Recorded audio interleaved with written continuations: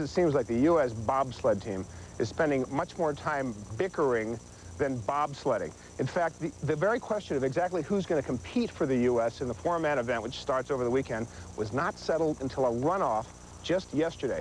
The coach of the team, Jeff Jost, has already said that he's going to quit after the games are over because he can't stand all the fighting. Saranac Lake, New York, a fourth-time Olympian. At age 36, Rushlaw is the oldest athlete on the team. It's getting harder every year. I'm getting older, and it's tough with the family and working, and it's pretty tough. If Brent Rushlaw represents the sport's old guard, rival U.S. driver Matt Roy epitomizes the new wave. The two men could not be more different. Rushlaw is reticent, reluctant to talk to the press. Roy is often willing to attract publicity and sponsors to his sport and himself. Rushlaw works as a building caretaker back home in Lake Placid. Roy owns a building in Lake Placid. Rushlaw has never in the past been known for keen dedication to physical fitness. Roy prides himself on his commitment to conditioning. Come on now.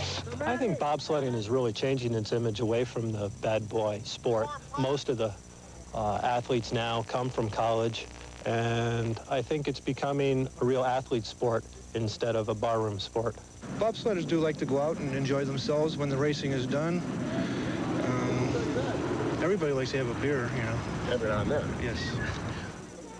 But last year, the old-timer Rushlaw cut back on his beer, lost 25 pounds, and beat the younger Roy in time trials before the games for the title of #1 U.S. driver. To compete in the world of bobsledding, you need three things: a good driver, a fast sled, and strong pushers. Matt Roy spent much of last year designing a sled that he hoped would be as aerodynamically sophisticated as those used by the top competitors. And a company in Michigan came up with an estimated $850,000 sled design for the Americans. Unfortunately, neither was fast enough where it counts, on the track. So once again, the Americans will be competing using stock sleds they bought from Europeans. 1, 2, 3. Pushers are a different story. All agree that the athletes on the U.S. team compare favorably with the best in the world. For example, Scott Pledell, a pusher on Roy's sled, was a track star in college. It's all in the start. Start's a very important part of the race, and your sprinting ability designates a good start. If you're a very powerful athlete and you have good sprinting speed, it translates into a good start. We all synchronize the rock, and on the count of 4, we all hit the sled at the same time. You proceed to push the sled as fast as possible. It's an 800-pound sled, and 1,500 pounds with athletes, so you really need to have the explosiveness off the block.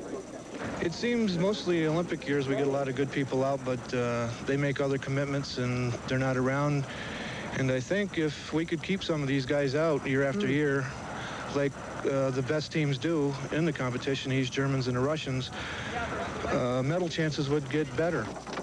The East Germans and Soviets keep their best athletes in the sport year after year by giving them jobs in the military, then assigning them to the national bobsled team. This year, for the first time, the U.S. is doing something similar. Captain Bill White, an active-duty Air Force officer, is a pusher in Rushlaw's sled. I think it's the beginning of a trend. I think once we get the ball rolling, I think more people in the military will get interested and try out for the winter sports team. Does the United States need a military sports program in order to be able to compete with the Europeans in sports like bobsledding? Yes, they do. The quest for the best athletes is at the heart of the Willie Gault controversy.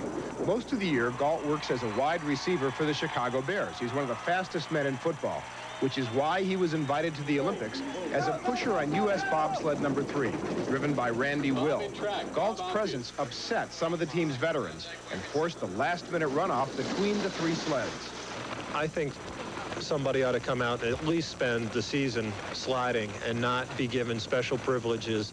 I was there in February and March, and I was there in January, which was a total of 3 months. I went in and I proved myself. I definitely want to run. I mean, I didn't come here just to watch and look around, but if I don't get a chance to race, it's a wonderful experience for me. And it seems to be the experience itself, not the winning of medals, that keeps them sliding. Why do you keep doing it? I mean, a lot of guys would have just hung it up after 3 Olympics. Here you are in your 4th. Why do you do it? Because I'm the greatest of all time.